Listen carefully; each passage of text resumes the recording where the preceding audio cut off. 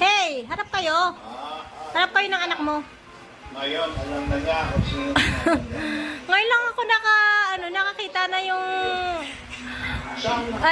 unggoy na nagkaanak ng aso.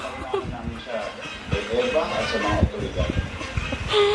Unggoy na nagkaanak ng aso. Ngayon lang ako naka-encounter ng ganyan.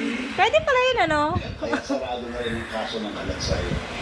Unggoy na nagkaroon ng anak na terrier. Sila nakakakuha ng tapos. Oh? Ang gwapo ng anak mo,